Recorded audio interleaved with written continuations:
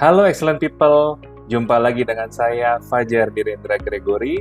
Saya adalah CEO SSCX Technovation.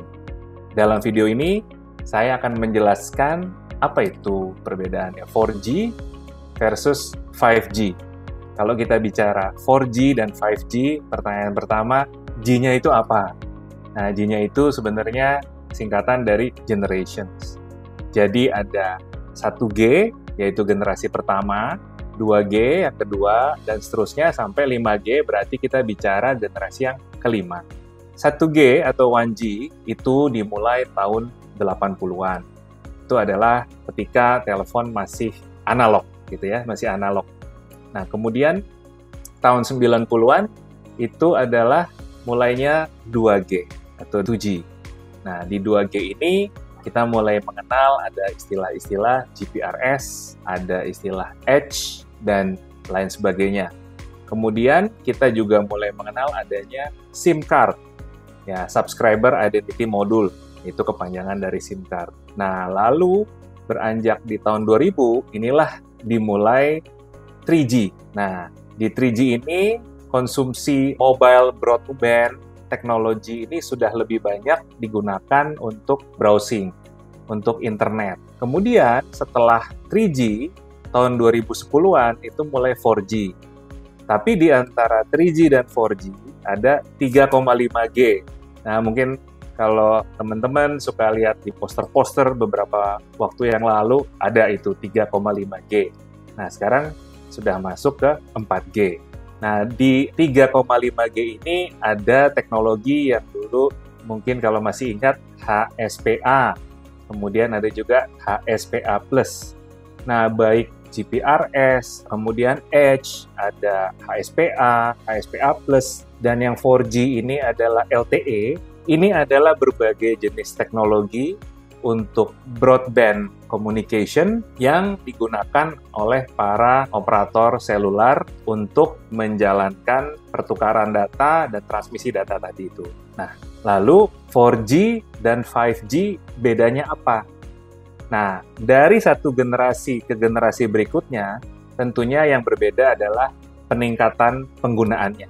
Utamanya adalah kapasitas data bisa lebih besar dan meningkat. Nah, 4G dan 5G. Di 4G ada yang disebut latency, di 5G juga. Latency atau sedikit keterlambatan adalah kira-kira kalau saya ngomong A, yang di sisi sana mendengarnya tidak saat itu juga, tapi ada terlambat sedikit. Kalau 4G, keterlambatan atau latency itu adalah 10 milisecond. Kalau di 5G, dia jadi lebih cepat, 10 kali lipat, sehingga keterlambatannya itu hanya kurang dari 1 milisecond. Jadi sangat cepat sekali. Nah, memang kalau secara kasat mata ataupun secara indera manusia, 10 milisecond dan 1 milisecond nggak beda. Tapi untuk sistem, apalagi kalau kita mengoperasikan sistem jarak jauh, keterlambatan tadi akan ada dampaknya. Nah, itu dari sisi latency. Dari sisi besarnya, volumenya, traffic-nya. Kalau 4G saat ini, totalnya adalah mencapai sekitar 7,2 exabyte. Nah, exabyte itu apa? 1 exabyte itu adalah 1 miliar gigabyte. Jadi nolnya panjang. Itu aja udah besar sekali ya. Nah, kalau 5G itu 7 kali lipat. 7 kali lipat dari 4G. Jadi mungkin mendekati sekitar 50 exabyte. Jadi kapasitasnya makin besar sekali. Nah, kemudian dari sisi spektrum frekuensi, kalau 4G sekitar 3 GHz. Sedangkan kalau 5G 10 kali lipat, yaitu mencapai rentangnya 30 GHz. Kalau spektrumnya makin lebar, maka ini makin banyak bisa diisi oleh berbagai keperluan. Karena misalnya kita untuk menggunakan suatu keperluan tertentu, misalnya frekuensi komunikasi untuk militer, frekuensi komunikasi untuk komersial, itu ada frekuensi-frekuensinya. Dengan rentang yang lebih besar, tentunya aplikasi pemanfaatannya bisa lebih variatif. Lalu buat apa? Latency, kemudian traffic, kemudian frekuensi tadi itu semakin dibesarkan buat apa? Banyak sekali manfaatnya, teman-teman sekalian. Pertama, semakin banyak devices yang akan masuk ke internet. atau yang kita kenal Internet of Things, Internetization of Things. Jam tangan, wearables, bahkan kemeja kita pun sebenarnya bisa masuk ke internet. Nah, jadi semakin banyak things yang masuk ke internet, sehingga akan mengkonsumsi data secara lebih besar lagi. Itu yang pertama. Kemudian yang kedua, sebenarnya kita sebagai manusia, habitatnya itu kan 3 dimensi. Ya kan, sekeliling kita kan ini XYZ ya, 3 dimensi. Tapi dalam dunia 4G dan kesebelumnya, kita seakan-akan jadinya masuk ke dalam 2 dimensi saja. Loh, maksudnya gimana? Kalau Bapak, Ibu, teman-teman nonton video, itu kan kelihatannya 3D, tapi kan itu manipulasi dari 2 dimensi. Nah, dengan teknologi 5G, kita bisa hadir secara 3 dimensi. Bukan seperti hologram saja, tapi kalau kita melakukan video conference, saat ini menggunakan Zoom, kan ada video, atau profile picture. Kalau dengan 5G, kita bisa hadir seperti hologram di samping rekan kita itu. Nah, rekan kita itu melihat kita seperti apa? Apakah seperti hologram itu? Tidak perlu hologram, bisa menggunakan kacamata, wearables, bisa virtual reality, bisa juga augmented reality. Nah, terus hadir doang gitu, lalu buat apa? Ya, selain hadir, kita bisa bekerja dan browsing secara 3 dimensi. Kalau dalam 2 dimensi kita di laptop, ya wallpaper kita naruh icon di sini, dokumen di sini, ya udah di wallpaper itu aja. Paling nambah layar ke samping, kita beli 2 monitor kiri kanan gitu ya. Nah, tapi kalau 3D, ruangan kita ini, kita bisa taruh berbagai dokumen digital.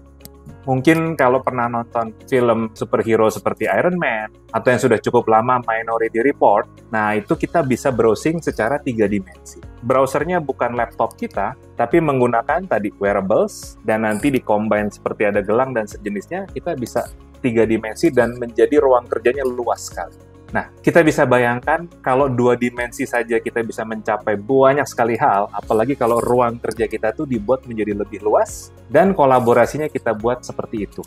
Kita benar-benar bisa hadir di sana secara 3 dimensi. Lalu kapan? Nah, ini sudah dekat sekali. Per Januari 2021 ini, ada 61 negara dan 144 operator yang sedang menguji coba 5G. Indonesia sendiri, Depkominfo merencanakan roadmap untuk launching 5G di Februari 2023 untuk 6 kota besar di Indonesia. Kalau gitu masih 2 tahun lagi. Iya, tapi 2 tahun lagi itu waktu yang cepat. Kita bisa memulai dari sekarang, kita bisa mulai membangun visi bagaimana kehidupan digital yang bisa kita bangun ketika 5G itu sudah hadir. Dan tanpa 5G itu sudah hadir secara infrastruktur yang meluas, sebenarnya kita bisa bikin di dalam kelompok atau lingkup kita masing-masing simulasi-simulasi untuk 3 dimensi tadi.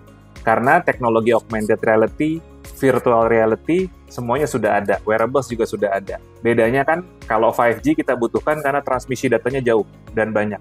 Tapi kalau dalam lokal tertentu, bandwidth-nya masih memadai untuk kita simulasi mengembangkan visi kehidupan digital yang 3 dimensi tadi. Nah, ini akan sangat seru sekali, dan ini akan bisa menjawab berbagai hal, termasuk misalnya untuk berbagai pekerjaan-pekerjaan kolaborasi yang saling jauh, remote, termasuk juga untuk kebutuhan medis. Kita bisa melakukan telesurgery, kita bisa melakukan diagnosa bersama-sama para pakar dari berbagai belahan dunia, berkolaborasi untuk memberikan suatu solusi dan penyembuhan-penyembuhan terbaik. Dan tentu saja untuk segala macam disiplin ilmu lain. Nah, excellent people, itu mengenai 4G dan 5G. Apabila excellent people ada komentar, ide, topik-topik, jangan ragu-ragu tulis di komentar di bawah ini. Dan jangan lupa subscribe YouTube channel Shift Indonesia. Salam improvement!